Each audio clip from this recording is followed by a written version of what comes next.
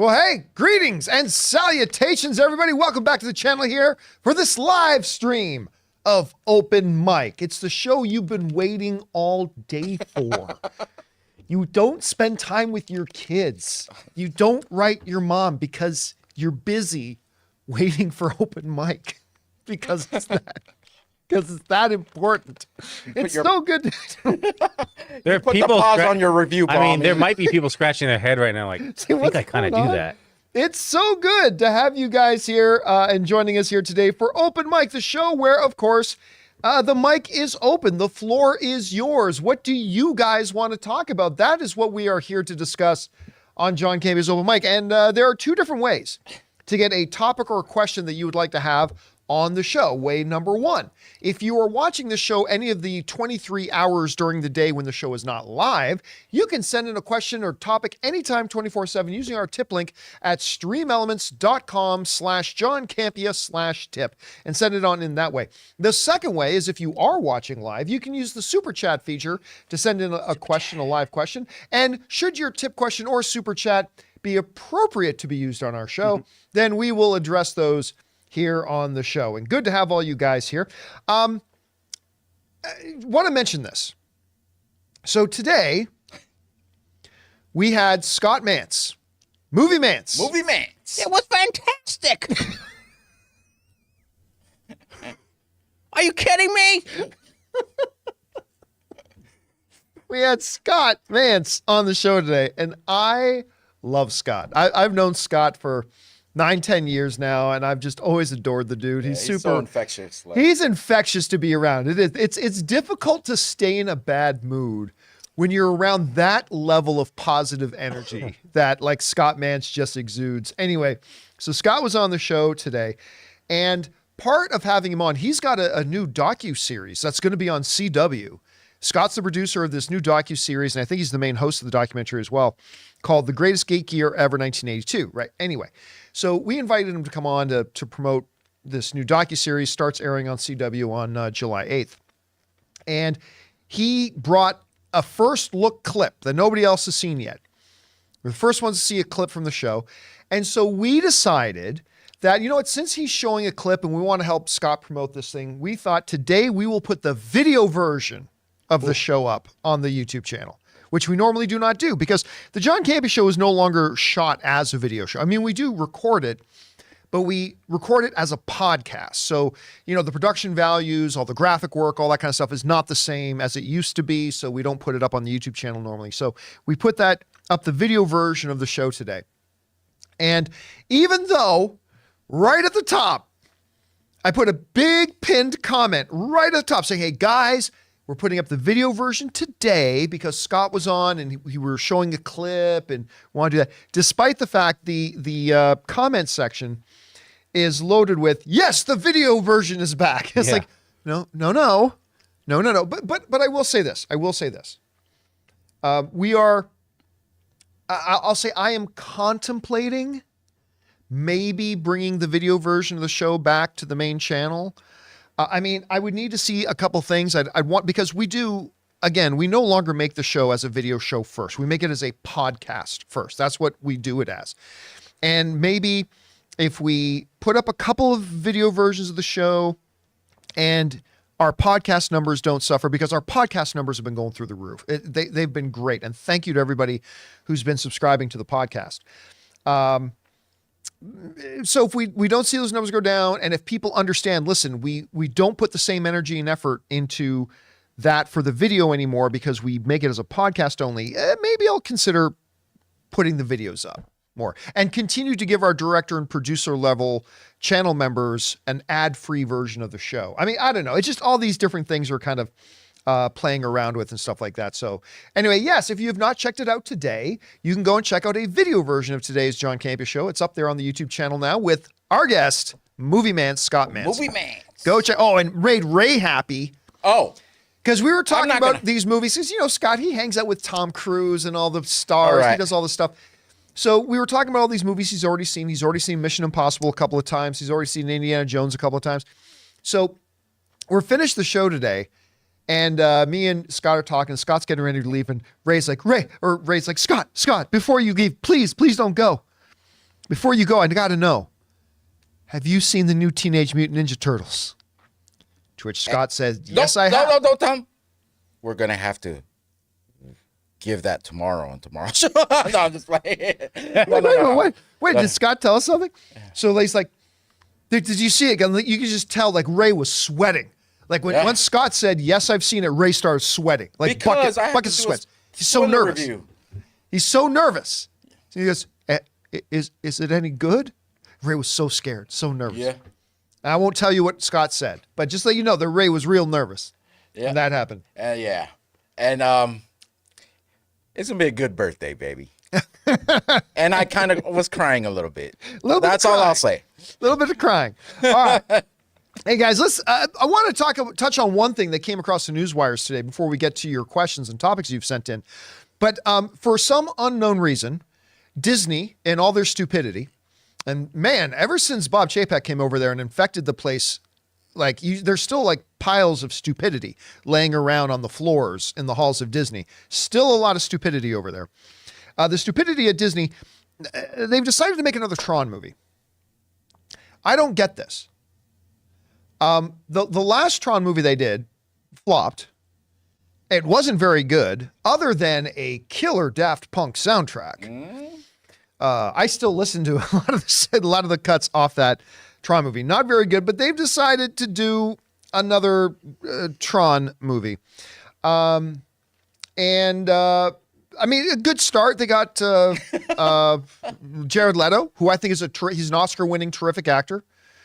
But today's pretty interesting because they added another award-winning actor today in Evan Peters. Ooh, Quicksilver. Evan Peters, there he is, who is, of course, he was, I almost called him Flash in X-Men. He's Quicksilver in X-Men.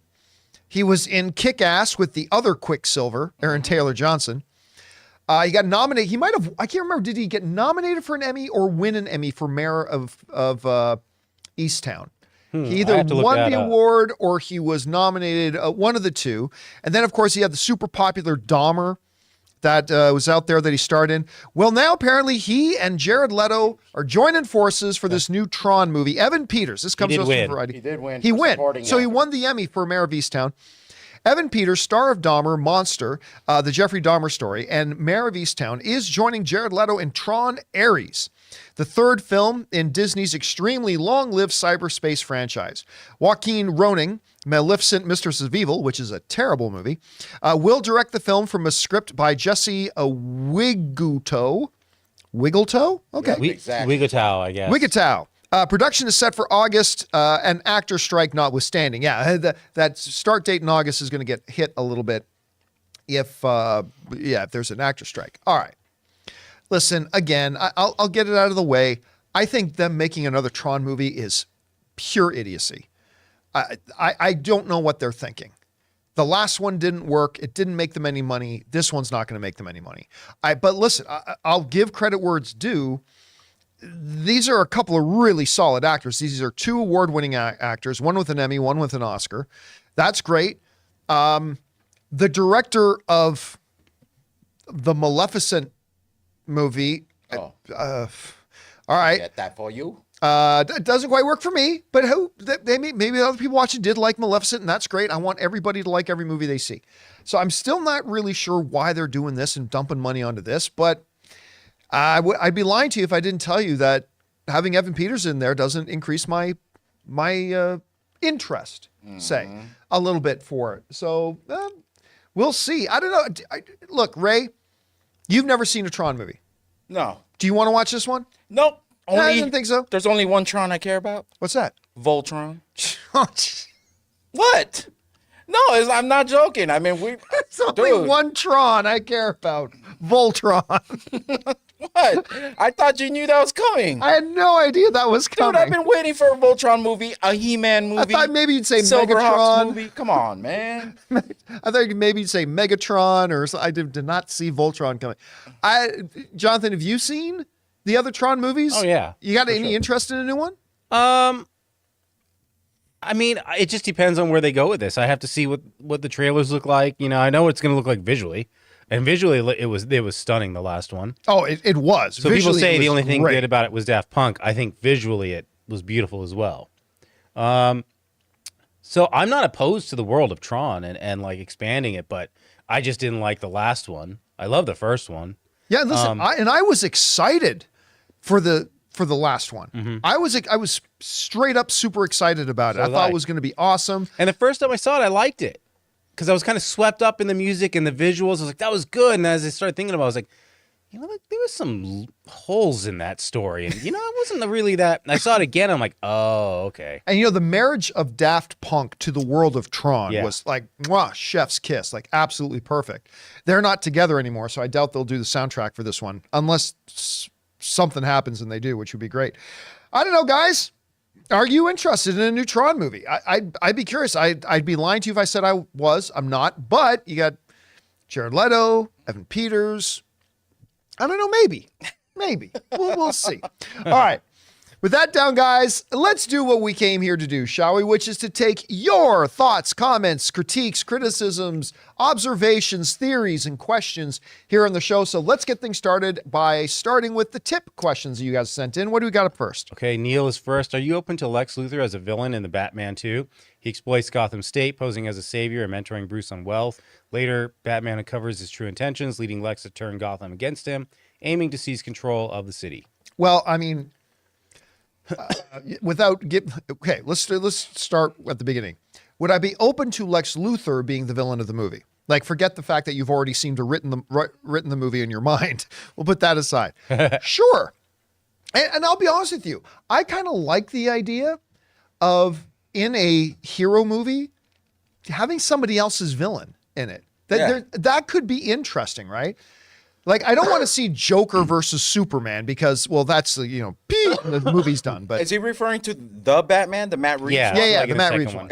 I think it's too late to do that now, right? Why is that? Oh, no, never mind. Forget it. For some reason, I had a brain fart. No. Okay, no, they haven't shot that movie. Right. I'm not even sure Matt Reeves has written the movie. I haven't. I mean, yeah. So I mean, I'd be open to it. Sure. Again, it doesn't matter what villain they use. It really makes no difference whatsoever. All that matters is whatever villain they drop in there, do they write them well? That's it. Because I said this the other day, going into Matt Reeves' The Batman, if you had said to somebody, and the information had to come out, you said, hey, what do you think about Riddler being the villain of the movie? Nobody would have liked that idea. But they wrote it amazing and they cast it perfectly with Paul Dano. And they made one of the best, most memorable comic book villains on screen in a long time. And it was awesome, even though it was Riddler. Meanwhile, Fantastic Four movies have had Doctor Doom in them, one of the great comic book villains of all time, and they've all sucked. So I mean, people get mad at me when I say it, but it's true. It really does not matter who they put in as the villain. All that matters is whoever they put in them, write them the way they wrote Riddler for Paul Dano. If you do that, we're saying. But yes, if it was Lex Luthor, I think that'd be a neat idea. But wouldn't that have to acknowledge that a Superman exists? not really. Because Lex Luthor is tied in with him. They would have, unless they just threw him in there, then it just wouldn't, the effect of Lex Luthor wouldn't. It would be interesting because you're right. I mean, having Lex Luthor in there does not necessarily mean that Superman exists in that world, right? Because it's not like it's a part of the narrative where Lex Luthor got brought to the Earth in the same capsule that brought Superman. Lex Luthor is an Earthling. He was born on Earth. He was here before Superman ever showed up. All that kind of stuff. So you could, but it could be a problem in fans' minds. I mean, this could be an older Lex and an older Batman because Superman. Well, it's not an older Batman. Clark could still be a young kid. Or you don't have to have Clark at all. Just in this Matt Reeves world. You would have him, but like that is separate from the DCU. Yeah. There is no Superman, but there is still a Lex Luthor. Man, this question. All right. This question really got us. Let's keep going here. What's next? All right. TJ Wanger says, hey, John, so the other day you gave your 3 Born to Play This Role superior castings. And I think you're right on, except for one person who's missing. That being J.K. Simmons as J. Jonah Jameson. Thanks for all you and the team do. No. Listen, J.K. as J. Jonah Jameson is inspired.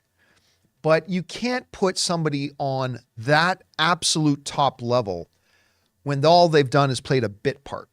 Right. And as great as he is, Barker, As great as he is, and whenever I even think in my head of J. Jonah, I see J.K. Simmons. That's what I do. But you can't elevate them to the same level of Hugh Jackman as Wolverine when, again, in what movies he has appeared in, it's only been for a couple of minutes. I mean, so as he's great in that role, I love him in that role. He's fantastic. I want to see him continue to play that role if possible. But no, you can't put him up on that same level. I don't think so personally. All right, what's next? Alejandro writes, did you watch Castlevania? Dracula's wife in the show was, in my opinion, the perfect Lois Lane. Very sassy, unshakable, moral compass, and the most powerful being in the world. Doesn't know what to do with that combo. Is this the way to go with that character? It really all depends on what kind of story they're going to tell. Depending on the story they tell, that type of a character may not fit. So it's really, really hard to say. By the way, I didn't like the second season of Castlevania. That's the anime. Yeah. Right? I liked the first season of Castlevania. I didn't love the second season of Castlevania itself personally, but there's that. All right, what's next? All right, James writes, I'm glad Superman and Lois got a season 4. Season 3 ends with Superman fighting Spoiler, not the DC character Spoiler, aka Stephanie Brown, on the CW CGI budget of the moon. I have no idea what any of this just said. Me either. I'm glad Superman and Lois got a season 4. Yeah, well, Superman and Lois sort of got a season 4. It's going to be a shortened season. I believe they said it's only going to be 10 episodes. And almost the entire cast is gone. I mean, I think they're keeping Clark, Lois, and the 2 boys. But I think after that, almost everybody else is gone. Yeah. Lana's gone. Her family's gone. Like they slashed the budget on the 4th season. I almost feel like they should have just ended it. It's going to be like a bare bones season where just enough meat is on there to. Yeah, it's basically going to be 10 episodes of them playing Family Trivia Pursuit. Oh boy! They're sitting around the table playing Trivia Pursuit. Let that kid keep crying. emo kid, Jordan Kent. Or did they have budget for the tears? No budget for tears. No budget for tears. Money. Not enough money for him to cry. Oh, and by the way, I said everybody I'm going to get back on Superman Lois. I'm now all the way through season 2. Wow. Here's the problem though. I got nowhere to watch season 3.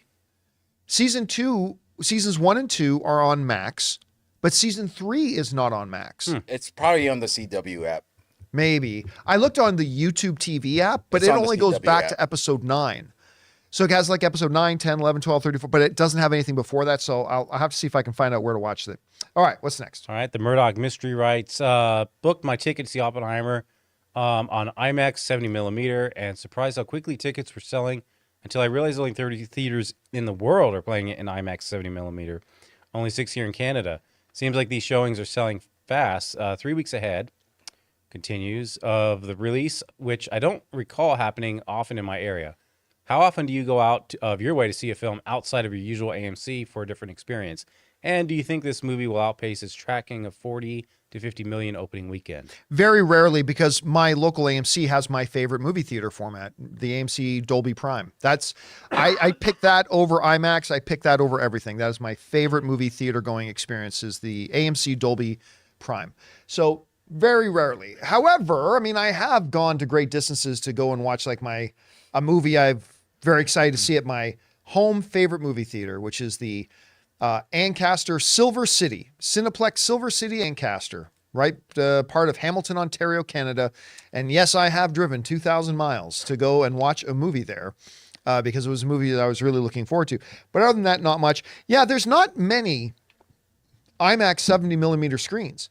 Yeah. I mean, in Los Angeles, the movie capital of the world, I think there's 4. Yeah, you have to have the projectors. So that's a different one? We have to have the projectors that you were running real the film. IMAX that's in the AMC at Tyler, some people call that LIMAX. It's not really IMAX. It's run by IMAX. It's a special, it's a bigger size than normal, but it's not the real IMAX Which screen. you'll see if you actually go see a movie on one. You'll notice. Oh, no. You can't not. As soon as you walk into a movie theater with a real IMAX screen, it looks like you're standing in front of a building. I mean, the screen is just ridiculously huge. It's massive. And then they have the full 70mm prints that plays on it and stuff like that. So there's not many of them. Like I said, I think in LA alone, I said 4. There might even just be 3. So there's not many in the world. So people who want to go see it on that format, there's only so many seats to go around. So those are going to fill up pretty quick. And they have to be filmed in that format too, right? Yeah. A special format. I mean, you can blow up the video to fill the screen if you want, but you can tell, like, the opening scene of The Dark Knight, when, you know, the Joker, the bank heist is going on. Christopher Nolan shot that in IMAX 70 millimeter. And when you see it on a full-size IMAX screen in that format, it's overwhelming. Oh, it really is. It's overwhelming. That's cool, man. All right, what's next? B. Wayne NY writes, I recently saw an interview where James Gunn gushed over Chris Reeves' Superman.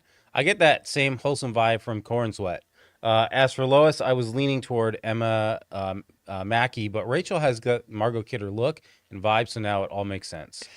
It's also, listen, it's difficult to not just straight up acknowledge this is an actress with 1 Emmy, 3 SAG Awards, and 2 Golden Globes.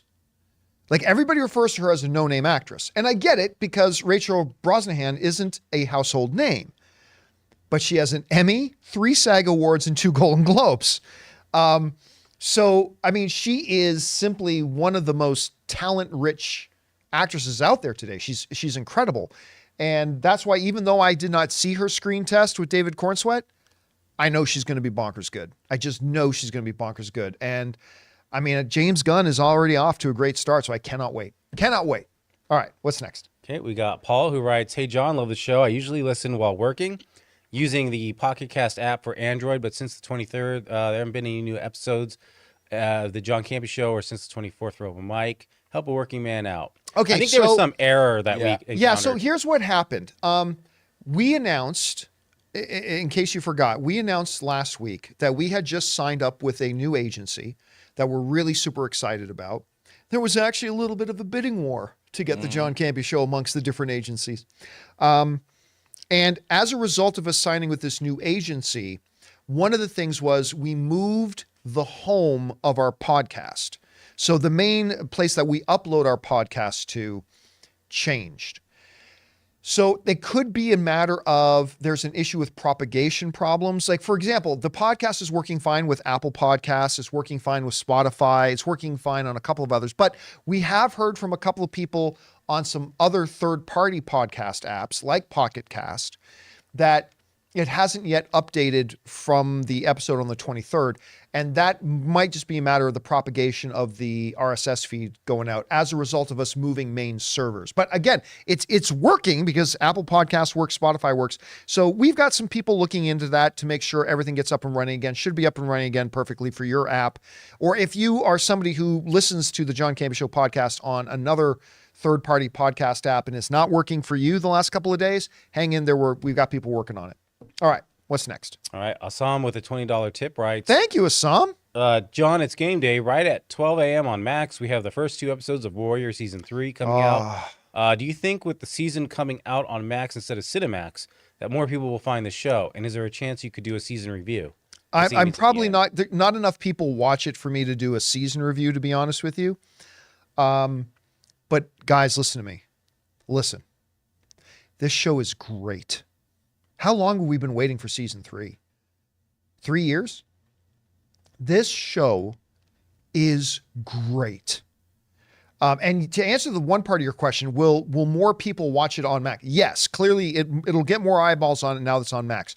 Max is not doing a good enough job marketing it, though. And I do highly recommend, if you haven't checked out Warrior yet, go back, start watching it from season 1. This show is incredible. Best martial arts on a TV show ever. There's never been a television show that has had better martial arts in it. It's incredible. It's Game of Thrones set in, I can't remember the actual year, like, I don't know, 1920, 1910. I can't remember what year it's set in. But it's like Game of Thrones with that, about Chinese immigrants coming to San Francisco and the world that they come to. It is so good. It's so good. Guys, check it out. Check out Warrior. You will absolutely thank me that you did. All right. What's next? All right. Just Jay Newbie writes, I never listened to a podcast until you made the transition. Now I'm hooked. The John Campea Show, Smart List, and Time Suck are all my favorites. Do you have any favorites? Thanks for all you guys do. Most of my favorites are tech related, either tech or sports related podcasts. So on the sports side, I listen to some Colin Cowherd.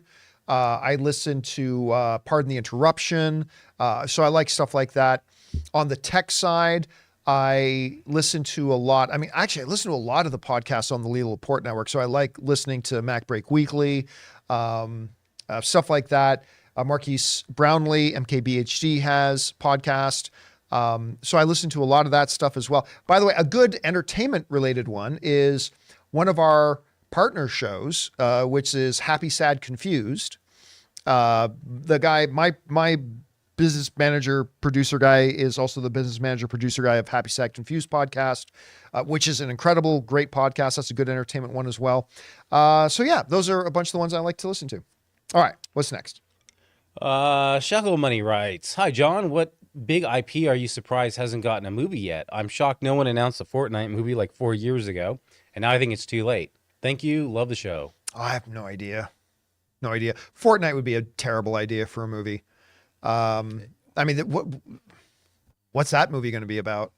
I mean, like random people running. I mean, there's already a Hunger Games, and there's already Battle Royale. What's that? There's a Minecraft coming out. I know there's a Minecraft, and it's almost like you could say that about Minecraft, but it does have that novelty of building blocks or the whatever they use. Yeah, I mean, right? look, the same principle applies though, because it's like I say this all the time.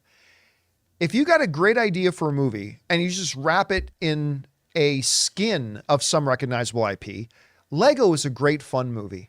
Who would have ever thought you could make a fun, great movie about, you mean square plastic building blocks, and you're gonna make a movie about that? And yet they did a great job. So maybe I don't think anybody would be interested in watching a Fortnite movie though, to I be agree honest with with them. you. It's too late. Yeah, I think way too late. Yeah. All right, what's next? Anonymous writes, "What's the most number of times in a row you guys watched a movie, excuse me, at a theater that ended up being bad or disappointing? Example, for me, years ago, I watched Year One, and then Transformers 2 a few weeks later, and then the next movie I saw was Cusack's 2012. I have no idea what it is you're asking. I bring that up again. Let me take a look at that. See? What's the most number of times in a row you watched a new movie at a theater that, okay, so how many movie, not a movie, you made it sound like how many times in a row have you watched a single movie? Year One, wow. I remember, I never watched this movie, but Isn't that the Jonah Hill one? it's the one with Jack Black. Not Jonah Hill, Michael Jack Cera. Black. Yeah. And Michael Cera, Oh God, that wow. was awful. That was terrible. I can't remember. I do remember like recently I saw like Flash and Guardians of the Galaxy 3, and I said like, this is the first time in a long time I've watched 2 comic book movies in a row that I really liked. I honestly don't know. I don't know what the answer to that question is. I couldn't tell you. Yeah, okay. All right, what's next? Right? Sorry, guys. I got a bronchial infection I'm fighting here. Bruce Leroy Jenkins writes, "There are actually 2 versions of the 6th album, the original West End version and the live from Broadway version. The live one gives you some more energy from the crowd. They also filmed the West End version and are premiering it at Tribeca." Yeah, so my wife took me to see the musical 6, and I'd never even heard of it. I knew nothing about it, and it's awesome. It might be my second or third, I'll say it's my third favorite live show that I've seen behind, and I put it behind Les Mis and I put it behind Hamilton. But 6 was fantastic. But my wife's got the soundtrack, and the problem with the soundtrack, the studio recorded soundtrack, is that it's very clean. You know what I mean? Because it's recorded in a studio. And I said to my wife as we were listening to it in the car the other day, I said, it just doesn't have the same kick. It just doesn't have the same impact, right? Because when a singer is on stage in front of thousands of people, there's a different passion. There's a different personality. There's a different edge to it. And an energy, a different energy. So my wife then bought the album that is recorded during the concert, and it's a night, even though it's the exact same songs, it's a night and day difference. So yeah, I really did notice that. All right, what's next? All right, we got Michael Myers. "After the Last of Us TV show and enjoying the story, I highly recommend playing or watching a playthrough of Red Dead Redemption 2. I even consider it better than RDR1. and The Last of Us, which one of the greatest stories ever told. I did do a watch through on Red Dead Redemption 2, and it's really quite good. It's really good. I don't think it's anywhere near as good as either The Last of Us 1 or 2, but it's really quite good. And if they ever announced that they were, I think it was Jack Black was recently talking about the fact that some studios got to look at doing Red Dead Redemption, and I'd be down for it. I think there's not many video games that I actually think lend themselves to being good movies. I can count on one hand the number of video games that I actually think would make good movies. Red Dead Redemption is one of them, and Red Dead Redemption 2 combined. I think that's one of the properties that, whether you did the story of Part 1 or the story of Red Dead 2, both of those would do pretty well. All right, what's next? Zach Pasta Sauce Walters writes, do you guys have a favorite SpongeBob episode? I never really watched it. I'm very proud to tell you I've never seen a single episode. I've never, but I really like the movie that was released. I forgot it was SpongeBob SquarePants Search for I saw that too. Bikini. I actually like that. It was actually a good movie. Yeah, I've never seen a single thing of SpongeBob. Just a lot of online memes. That's the only SpongeBob exposure I have. All right, what's next? All right, we've got Michael Schwitzer II writes, I love the beauty of movies and TV shows because it's all about an opinion. Like, for example, Ray can absolutely hate a movie and John or Jonathan can absolutely love it. Or the other way around. Now, that is what cinema is all about. That's usually the case right here. Listen, if I were to teach a course, which of course this is a preposterous idea. I'm just saying, if you were to teach a course on how to be a movie fan, day 1, class 1, lesson 1, you got to understand the subjectivity of film. That is the prime most important thing. If you're going to be a good movie fan, you've got to understand the subjectivity of film. Yeah. You've got to understand that just because somebody else likes something that you don't like, that makes them wrong. That is the beginning of stupidity. You have to understand that film is art. And as such, there is no actual, like my old movies website, the movie blog that I started with, the subtitle of the movie blog was The Movie Blog, the official home of correct movie opinions.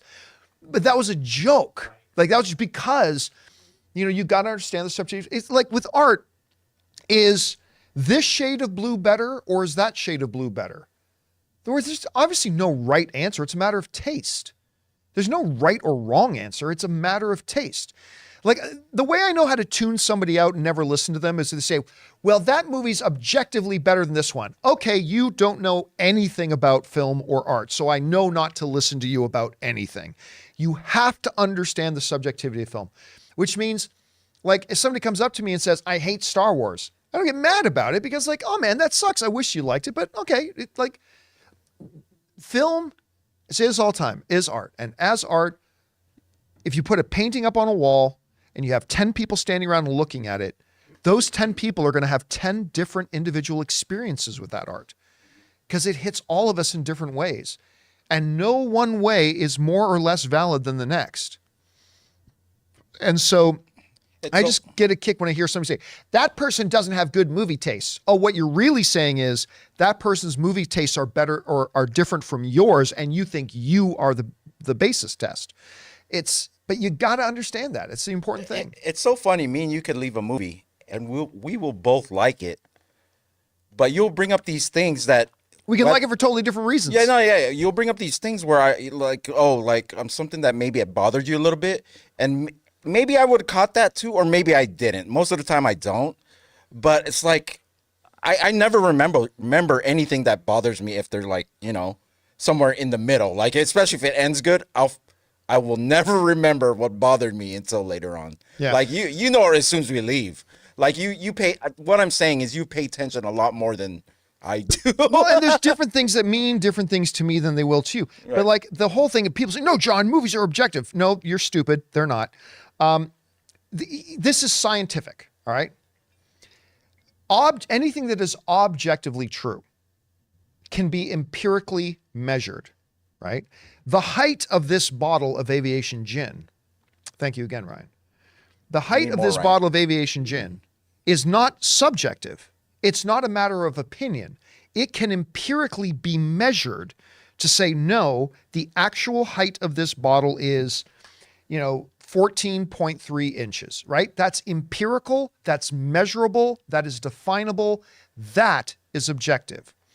How fast it takes me to run from here to there is not subjective. It can be measured empirically with time. It took me 7.2 seconds to run from here to there. That's not an opinion. That's not subjective. That is a fact. Is this color blue better or is that color blue better is not empirically measurable. And when something is not empirically measurable, it becomes opinion. It becomes subjective. And that's what art is. It is subjective. Everybody's experiences will vary. And just because somebody else doesn't like the same movie you do, that doesn't make them wrong. And it doesn't make you wrong. It just means you had two different experiences with it. So like when I say on this show or on our channel, this movie was awesome, I'm saying, what I'm really saying is I found this movie to be awesome. If I say this movie sucks, I'm not saying that if you don't also think it sucks, you're wrong. No. What I'm really saying is, to me, this movie sucks. I just don't have to go through the process of saying to me every time first. It's understood, right? This movie's great. That really means I think it's great. And it's okay if you don't think it's great. And we got to start treating our fellow film fans with that same baseline understanding. All right. Anyway, what's next? Okay, we got Haley Brownkin, who writes, what would your guys' dream origin biopic movie be?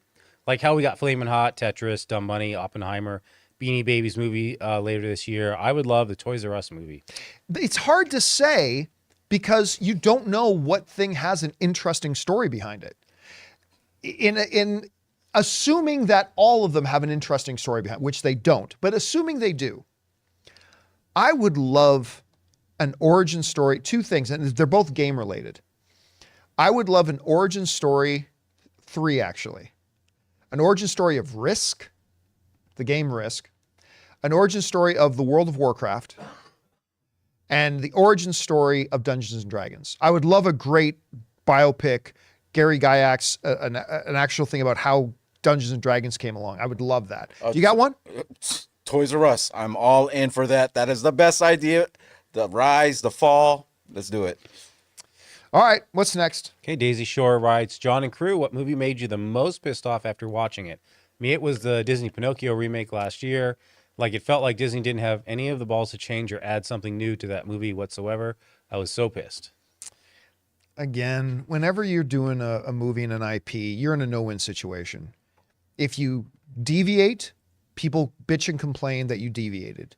If you don't deviate, people complain that you didn't deviate. It was just a bad movie. The angriest I ever walked out of a movie, I think it's got to be Highlander 2 for me. Because the first Highlander, remember, this is going back, I was younger, obviously, but the first Highlander to me is one of my top 10 favorite films of all time. And The Highlander 2 is one of the top 3 worst films ever made. So yeah, that really, really bothered me. That pissed me off. You're talking about the quality, right? Like whatever. What made you mad? It was this year. Guardians 3. I haven't felt that mad since John Wick 1. But it wasn't the movie that made you mad. It was you got mad at the villain. Yeah. So there's two ways you could have answered that question. But you felt great when they killed him. They didn't do it right. They should have stomped his balls. All right, what's next? All right, we're going to switch over to supers. We got Richard K, who writes, will we get another Ice Age movie? If so, when, and what are your thoughts on the other 5 Ice Age movies? I thought the first Ice Age movie was interesting. Everything else after that. I don't think I saw anything past 1. What's that? I didn't see anything past 1, part 1. Oh, anything past 1? Yeah. Yeah, I saw the second and third, and then I gave up. So, I mean, they really shouldn't make another Ice Age movie unless it's made for $15 and puts it direct to home video. But really, they shouldn't. They should give up on those things. The first one was interesting after that. I mean, the short films after that about the acorn, the squirrel and the acorn, the shorts about that are fun. I get a kick out of those, but the movies themselves, meh. All right, what's next? Okay. Stefan writes with a 2159 super chat. Oh, thank you, Stefan. Hello, crew. I saw Dial of Destiny today, but unfortunately, I thought the movie was pretty mediocre. The directing is great, and Harrison Ford is awesome in it, but the script is weak. Too many coincidences and improbabilities. Well, I kind of feel like that's almost every indie film. I mean, the guy survived by falling out of a plane and landing, parachuting down in a inflatable raft. I mean, Well, I mean, they're stretching believability, but the one thing he said in there that really gets coincidences. yeah.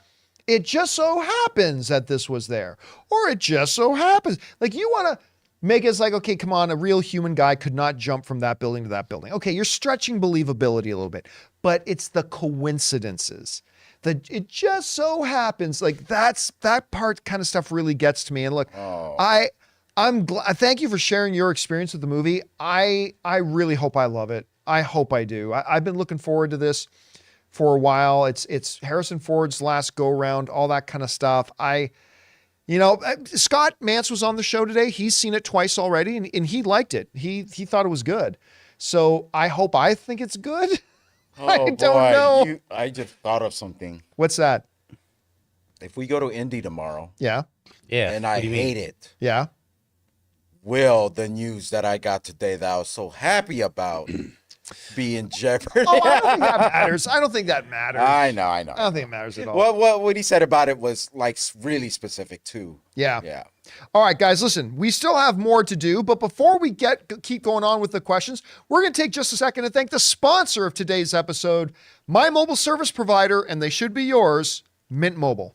We want to thank a sponsor of this video, Mint Mobile. From the gas pump to the grocery store, your utility bills and favorite streaming services, inflation is everywhere. Seriously, make it stop. Thankfully, there's one company out there that's giving you a much needed break. It's Mint Mobile. As the first company to sell premium wireless service online only, Mint Mobile lets you order from home and save a ton with phone plans starting at just $15 a month. You guys know that ever since I switched to Mint Mobile, I've been saving almost 70% a month over my old phone plan. For people looking for extra savings this year, Mint Mobile offers premium wireless for just $15 a month. By going online only and eliminating the traditional cost of retail, Mint Mobile passes the significant savings on to you. All of their plans come with unlimited talk and text plus high-speed data delivered on the nation's largest 5G network. Use your own phone with any Mint Mobile plan and keep your same phone number along with all your existing contacts. Switch to Mint Mobile and get premium wireless service starting at just $15 a month. To get your new wireless plan for just $15 a month and get the plan shipped to your door for free, go to mintmobile.com/Campea. That's mintmobile.com/Campea. Cut your wireless bill to $15 a month at mintmobile.com/Campea. What happened? Let's get the next question, please. All right, you got it. It's almost as if John isn't here. Talkie75 writes, I left 2 tickets of The Flash for some friends at the cinema lobby. I came back the next day and found 4. That's funny. That's funny. That is funny. You found 4 because they ripped them in half, and now there's like 4, right? I don't think that's what they meant. I think they're talking about a time travel Barry situation, but that's funny. I lost track of time during our break and I needed to refill my soda. Thank you to Ray Ora for filling in for me there. Yeah, but that was fun. Real professional. I just did it like super smoothly. Super smooth. All right, what's next? Baby Boy 8603 writes, I'm tired of the Regal AMC ads before the movie starts. Will the theaters ever update those? I would show up late, but you still have a-holes down here in Florida who love to sit in your paid-for seats. I got to say, I am lucky enough that I have never once gotten to my seat and had somebody else sitting in my seat. I've seen it happen once or twice, but normally it's a pretty straightforward, no, I'm in K4, and people then I've never seen it become an issue. But here's the big problem. Here's the big fucking problem. You would think that the easy answer with a half-hour fucking commercials before a movie, like the movie's supposed to start at 7, it doesn't really start until 7:30. That's bullshit.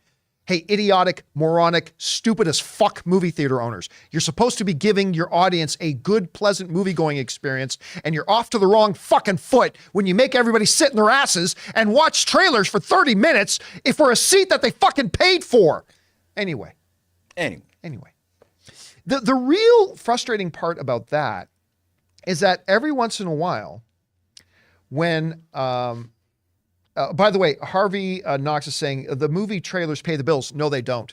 Just so you know, I worked with AMC for many years. They do not pay the bills. Just so you know. Get rid of that. They don't run those like those are commercials. Yeah, get rid of those. Get rid of that myth. Get rid of that myth. Yeah. I'm not saying it doesn't generate any revenue at all, but the thought that it actually contributes anything meaningful, it just doesn't. And I say that after working with AMC theaters for many years. Yeah. That being said, here's the real problem. The real problem is, once or twice, Ann and I had the bright idea, you know what? Let's just show up 25 minutes late. This is fine. So we don't have to sit through the bullshit. Thinkers. And don't have to do all that. So we get there like 20 minutes late, get in line at the concession stand, get our popcorn. It was like, they should still be playing. They should be getting into that bullshit, annoying as fuck. What's her name? Nicole Kidman. Nicole How dare Kidman. you. Heartbreak feels good in a place like this as we kick you in the balls. Still Because we watching have no Creed respect 1. for your time as Still audience watching members. Creed 1. Still watching Creed 1 and the Wonder first Woman Wonder 1. Woman. But here's the guess. So then we did that, and then we walked into the theater, and the movie had already started. See, the problem is every once in a while, these motherfuckers, they will start the movie only like 15 minutes late on purpose to try to train you, get your ass in the theater at 7 and sit down and sit through the trailers. And like I said, a couple of times that Ann and I have tried to outsmart. A couple of times we've tried to outsmart it and it worked. Like, hey, the movie starts at 6:30. We show up at 6:50 and we're fine. But every once in a while, they start the movie only 15 minutes late instead of 30 minutes late, and we wind up missing the first 10 minutes of the movie. It's fucking infuriating, and why these dumb as shit movie theater owners don't understand that, hey, you want more people coming back to the theaters? How about you show some goddamn respect for your patrons? Just a thought. Just a thought. I don't know. Anyway. Okay, what's next? Well, Yeah. Richard K has a two-parter here. Also, could we get another? So your thoughts on the K9 movies with James Belushi? Also, could we get another K9 with James returning? Oh God, come That on. is, That's like, random, that's not man. even a serious question. The first K9 movie with James Belushi, the thing who's got the big German Shepherd on the Yeah, thing. it was basically Turner and Hooch. Yeah, which they re-released on Disney Plus, like a series, right? Or a Yeah, movie? no, they should not. By the way, best James Belushi performance ever. David Duchovny, Minnie Driver's Return to Me. James Belushi is awesome in that movie. Just go check that out. All right, what's next? Okay, Richard K is back here. Just got into UFC as a big WWE fan. It was something new watching highlights on my phone of the UFC and saw the Zhang versus I have no idea. Jacek, yeah, JJ. Fight Oh. might be one of the best women's fights ever. No. Listen, Richard, that is not one of the best women's fights ever. That is one of the greatest fights in the history of combat sports. That JJ fight, oh my God. These two monsters. Oh, man. These two women. I'll tell you, how long ago was that fight? 5, 6 years ago now? All I remember was that big That knot hematoma on her head, Oh. right?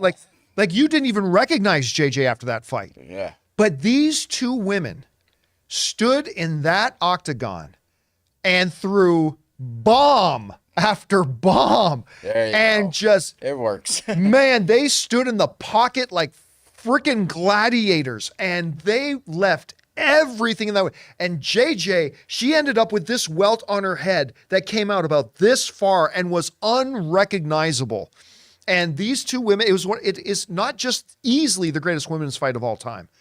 It is I think one of the top 5 fights, male or female, of all time. It's insane. And I It's so good. I guarantee you that even though what's her name? What's her name? The Chinese Zhang Weilei. Yeah. Even though she won and like it showed on JJ's face, that took something out of her. I meant really for someone to stand right there, you give them a big knot and you couldn't even knock them out. You know what I mean? That took something. Warriors, from man. me. Warriors. Mental. Absolute warriors. Mental. It's a Guys, mental if you thing. got a chance, hop on YouTube and see if you can find some highlights. But forget the highlights. See if there's a way you can find out a way to watch the whole fight. It's insane. And it went the distance. It's crazy. All right, what's next? Richard K with the last one here. Do you think we will get a live action Incredibles movie?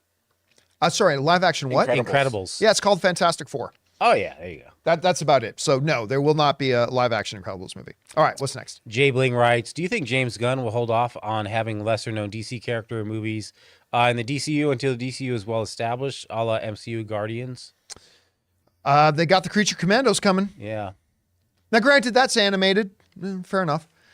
I don't know. I mean, this is the guy who liked putting Polka Dot Man in his movie. And boy, that worked well. Does he have Max underneath him where he could release things on Max? He's in charge of everything, DC. I would like a little sprinkle of like some obscurity where it won't risk too much against the brand. Well, that's where Creature Commandos is going. Yeah. But remember, I would love he's found that everything is going to be all tied in and together. So right. we'll see. He'll. I'd have to look. Well, listen. He's got Booster Gold. Now, you may say, as somebody who's a comic book fan, well, he's not an unknown character. Hey, go to a local mall and talk to people, random people walk by. Have you ever heard of Booster Gold? I guarantee you a high percentage of them have never heard of Booster Gold. So he is experimenting with it a bit. So, yeah, we'll see how far they go. All right, what's next? Dustin Flores writes, new DCU Superman and Lois actors are beautiful. That man looks like Richard Madden and Tom Welling had a baby together. Well, somebody else said he looked like Tom Welling and Henry Cavill had a baby together. But Richard, you're right. You're 100% right. He does. If you told me that him and Richard Madden were siblings, I'd totally believe you. Yeah, no lack of good lookingness on the screen in that movie. I know, I'm tired of it. Let's get an ugly Superman. Let's get ourselves an ugly Superman. Maybe that's the problem. Maybe then I'll relate more if I get myself an ugly Superman. All right, what's next? Lazy. John Lee writes, reminder, Warrior on Max season 3 starts tomorrow. Excited for the show to be back after a long delay. Best hand-to-hand combat fights on TVC. So this is coming. This is on Max now, right? Yes. Okay. So I'm going to check it out because I haven't seen any of it yet. Listen, it's not just. This is the great part about Warrior. It's not just a great martial arts show. It's a great show. It's a really, really good show. And like the characters are multidimensional. There's great character development. I think the dialogue is great. And on top of all that, it's the best martial arts you've ever had on television. Yes, I saw somebody write it in the live chat earlier. And yes, even better than the martial arts in Iron Fist. So, it's fantastic. I can't wait for it to come back. Actually, I got to go back. And now that I'm done Superman Lois season 2, and I have no way of watching season 3 apparently yet. I'm going to have to go back and start rewatching Warrior and get reprimed for season 3. Super psyched. All right, what's next? Bader writes, in the Superman and Lois season 3 finale, Lex creates Doomsday using a Kryptonian like BVS. Well, thanks for letting me know about that. Yeah. But this explains the moon comment. Superman pushes Doomsday to the moon using the Power Family. So CW CGI moon budget. Power Family, huh? Every time it's By the way, Power I'm just Family. giving you a bit of a hard time. I've clearly heard people already mention Doomsday was in season 3, so I was just giving you a hard time. All right, what's next? All right, Murray Reich has a 2-parter. Saw no hard feelings and overall enjoyed it. Had some good laughs here and there. Some didn't land. Felt a little uneasy of the premise, but I eventually warmed up to it. Third act got wonky. Nice ending. Went to a small theater where they played 6 minutes of trailers. So nice. Started 7 minutes after showtime. Oh, wow. Great experience. We'll go again to that theater. Only $10 a ticket. Tell you what, I love AMC theaters, and I love the AMC Dolby Prime. If there was a theater that opened up close to me that started the actual damn movie within, say, 10, 15 minutes of the advertised showtime, that's my new movie theater. That will be my new movie theater. Well, if ArcLight Hollywood opens up again, I know. That was the sucky thing about ArcLight closing down, is that ArcLight had a rule. 3 trailers, then the movie. Yeah. That was always their rule. 3 trailers, then the movie. And you couldn't buy a ticket if the movie started, so no coming in late. They focused on the audience's experience, which is something that the buffoons over at AMC theaters need to learn. Oh, and they'd kick you out. If you were they'll kick your ass out if you're disruptive. This wasn't like, that, they'd kick your ass out. I would like to say, where trailers don't matter to me, that's Cinemark Theater. Go ahead and play 3 hours, baby. I'll be right there with my snacks, the cheap snacks in the table. And your blankie. I'll bring my laptop. I'll start working during the trailers. Ray, the movie's about to start. There was a movie? He wouldn't even care. Eating the cheap snacks, the comfy table, seats. Blanket. Come on. You're meant to sleep there. All right, what's next? CJ Rebirth writes, did you ever see a movie called Polly? It's about a talking parrot, and he has a human friend played by Tony Shalhoub. It's a childhood favorite of mine. No, I've never. I don't recall that one, but I love it. Familiar for a second until Yeah, you've got me. Wasn't there a Ben Stiller movie with Jennifer Aniston called Polly? That's Along Came Polly. Along Came Polly. Thank you. Yes. That different. Oh Thank my you. God. Okay. But I mean, you already got me interested though, because I love Tony Shalhoub. I really, really like Tony Shalhoub. So you got me. So no, I don't think I recall. I don't think I've seen it, but I will go and check it out. All right, what's next? All right, we got what? No, just this poster's just. It's Pauli, Paulie. Oh yeah. Okay, right. Okay.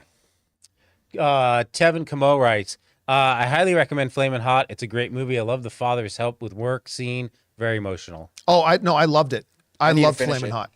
I need to finish it. I wrote about this. I put it up on the community tab. I wrote a little blog post in the community tab of the YouTube channel. And I said, it's a really good movie. It's really good. But one of the best things you can say about a movie to me is inspiring. I felt inspired watching that movie. And that's a wonderful feeling. It's not even movies that I like more than Flamin' Hot. I don't necessarily walk out feeling inspired. And watching that movie, you just feel like possibilities are endless. You know, I love the movie. It's great. And you had no interest in watching that at first, right? Because you're like, it's about a chip, it's about spice, you know, nothing. Yeah, I thought it was interesting because I'm a sucker for movies that talk about what went on in the creation of this thing that everybody just knows. I can't eat, just so everybody knows, I cannot eat spicy food, right? I'm an embarrassment to my Italian family because I cannot handle, when I order wings, I either have to get them naked. I can't even get mild. I can't order mild wings. So Flamin' Hot Cheetos, go fuck yourself. I am not interested in Flamin' Hot Cheetos. Yeah. But, you know, Eva Longoria was directing it, and it was her directorial debut, and I heard good things about it. And so, yeah, last week, maybe 2 weeks ago, Anna and I sat down to watch it. Beautiful movie, man. I know. Beautiful movie. It was funny. It was heartwarming. It's not going to win any Oscars or anything like that, but it's a, yeah, if you guys haven't seen Flamin' Hot yet, even if you're like me, a total, you know, wuss when it comes to spice, and you can't eat Flamin' Hot Cheetos, doesn't matter. It's a really, really good movie. How good were you at pinball? Not watched pinball. Oh, how good was I at playing pinball? I don't know. I didn't grow up in the 60s. Well, you should watch pinball. Okay, I will. I will still try to watch pinball. It's only an hour, 30 minutes. Ray, the damn pinball evangelist, trying to get everybody to watch pinball. All right, what's next? Sam Fisher writes, did you see that they've started filming the second part of Sandman? Set photo show Dream meeting his son Orpheus. No, I didn't know. I mean, either. listen, it took them forever just to green light a second season. Did you guys end up finishing that series? I did. You, John? I even watched, remember afterwards they put out like a bonus, two bonus episodes or something like that? Actually, the bonus 2 episodes were kind of weird. I didn't love them. They had this one with a cat. He don't like cats. Well, cats are hellspawn, basically. They're beautiful little They're babies. like rodents that you need to, you know, be driven out of the... They're dope if they're robots. Yeah, the robots are pretty good. Voltron, I'm down man. for a robot Voltron, cat. baby. Okay, you got me there. I'll be down for a robot cat. But yeah, cats are useless. All right, what's next? All right, King Daddy Goat. Prayers for Canada. We're getting smoke in Kentucky now. Oh, I didn't know the fires were still going. I didn't know that I either. didn't know either until I was watching, I was on a couple of the news websites and seeing that like some of the northeastern states are having air quality problems because of the wildfires. I remember we had those in California for a while. We had to, because of some of the California wildfires, I had to actually get, I went and actually had to buy an air purifier to keep in the house because the air quality index was going so low. So I can only imagine what it's like up there in the Northeast right now. All right, what's next? All right. Emmanuel Raphael writes, so about that Super Mario movie's box office. Hey, listen, I told everybody, I said, don't be surprised if Super Mario Brothers, this movie ends up being the #1 box office film of the year. Everybody called me crazy. Now, and then, of course, what happens is afterwards, everybody says, no, I always knew it. No. Whenever I would say on this show that I thought Mario Brothers could legitimately be the #1 box office film of the year, everybody called me nuts. Everybody took every opportunity to insult me, question my lineage, all that kind of stuff. The marital status of my mother and father, all that kind of stuff. People called into question. But here we are. It's what? It's the You don't hold third. grudges, John. It's You don't the hold on. the third highest grossing animated film of all time. Good for it, man. Yeah, I love good. it. And I don't even think it's one of the better comic book not. or animated movies. It's good. I had fun with it. I'm glad for its success, but yeah, man, it's crazy the success that Mario thing's having. Brothers, baby. Mario Brothers. All right, what's next? King Daddy Goat writes, Jonathan, you good man? Get that tickle out. Yeah, I have a bronchial infection. I'm taking antibiotics for it, so I'm slowly getting better. But every once in a while, I get just like a random like sting in my throat, and I just cannot control it. But hey, I'm hoping by next week I'm better. All right, what's next? King Daddy Goat also writes, any interest in Steph Curry documentary on Apple? Oh. There's a Steph Curry. Yeah, I just saw it, the poster for it on the site that we use to actually pull movie posters. It's Steph. It's Bam, something Bam. It's on the front page. I'll look it up right now. Yeah, there is a Steph Curry. It's Steph Curry underrated Bam. Okay, so I'll say this about Steph Curry. I never thought in my life that there would be a deadlier assassin, pure shooter than Larry Bird. That dude was a killer. He was like pure straight up assassin. If you want to watch some great YouTube videos, go watch NBA legends talking about Larry Bird. It's some of the funniest stuff you'll ever see. Like you're hearing Charles Barkley go, that guy, he'd say, you know what I'm going to do, Charles? I'm going to get the ball. I'm going to come up the court. I'm going to go to that corner and I'm going to hit a three. And I go, okay.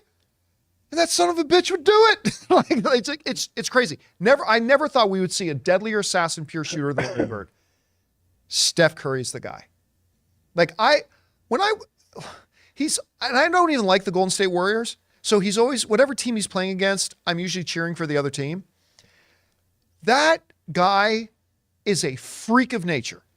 I've seen that guy make shots. He shoots shots from different area codes, and like the moment the ball leaves his hand, you don't even doubt it. Oh, that's going in. You know why? Because Steph Curry's the one that shot it. You're more surprised when he misses. You're right. It's like newsworthy when he missed. That guy, there's something supernatural about this dude. And he's one of the rare players in the league where you could say every shot he takes is a good shot. Yeah, it doesn't matter what he does. It doesn't matter what range, because when he does layups, the things he does with I'm surprised he doesn't get blocked more. He just gets it past the dudes. He's great, man. He's like he's so dangerous. As a pure shooter, there's even the more game. than Larry Bird. He changed the game. He has changed the game. The way it's played. And by the way, my wife Ann, you might know her. Oh yeah. Steph Curry's wife has a cooking show. Yeah, I've heard about it. Ann got really into watching her cooking show, and Steph would be on it once in a while. They are an adorable couple. I want to hate that dude so much. Why? I want to hate Steph Curry so much because I don't like the Golden State Warriors, and I want to hate him so much, but you can't. There's something so wholesome about them, and his talent is just so irrefutable. It's another thing. That dude's great. I can't hate Golden State because Draymond Green's my friend on Xbox Live. That's right. Draymond Green friended you. He did. Yeah. True story. Draymond play Green friended. NBA 2K together sometimes. Just don't be on the same team because he might punch you in the face. just want to. Only sports fans will know what we're talking about here. Okay, what's next? Joey writes, who is your favorite turtle in TMNT? Mine is Leo. Mine, I pretty much always went for Michelangelo, but whenever I played the game, I had to be Donatello because he had better reach with the bow staff. My first one was Leo, of course, because he was the leader, whatever. But as soon as we got into the seasons of the animated show, Michelangelo quickly took over. That's it. My favorite one is whichever one is in the original black and white comic. Oh, None of these skateboard riding, pizza eating, all four. cowabunga dude nonsenses. All right, what's next? That was the Walked easy into way that out. They were all four crap were in the again. original one. Big Mike, just rewatched The Flash and loved it, but I couldn't help but wonder if Barry was adopted at a young age or something. Movie never touches on it. I What are don't we think talking so. about? I don't think Barry was adopted. I think he's just saying because He doesn't look like them? I thought he looked like. I thought he looked. well, that kid it was I the thought looked best like he he could could do. be that girl's mother or that woman's son. I thought. Yeah, I mean, I don't know. It I don't know. I think- never crossed my mind. Never. Although I will say this, it's funny because I don't know, any of you guys, just quick show of comments in the live chat. Any of you guys watched The Bear on Hulu? Anne just recently got me watching The Bear. I watched a bunch of the first season, but she got me back on it. It's an absolutely incredible show. It's one of the best things on television right now. But there's this one scene where you had Carm, the main character, with John Bernthal, who plays his brother. And they're standing together in like a storage closet talking to each other. And I'm like, in no reality are those two brothers. Like, in no way do these two, would you ever believe for a second that either of these two come from the same gene pool? But who cares? It's a show, so you get over it. But yeah, man, they couldn't possibly have picked two guys who look least like brothers ever. All right, what's next? All right. Tevin, let me move this down a little bit here. Tevin Camo writes, how is it possible for games like Mortal Kombat to have a good story in the game, but the movies keep letting us down? Thank you, God, for Last of Us. Mortal Kombat doesn't have a good story. It has a half-decent story for a video game, but that's totally different from a narrative on a big screen. Making a good movie is Herculean. It's so nearly impossible to make a good movie about anything. And yeah, so video games are no exception. I think that was the problem with the most recent Mortal Kombat. They tried to put a story in there, and everything I liked was just the fatalities and the fights. Well, in it. you got to put a story in. I know, but they threw Cole in there to be that story, and I did not care about him. Yeah, they put a story in that was nonsensical and just didn't make any sense and wasn't engaging or anything like that. Yeah. All right, what's next? Okay. Joey writes, my father passed in January, and his favorite comic book was Fantastic Four.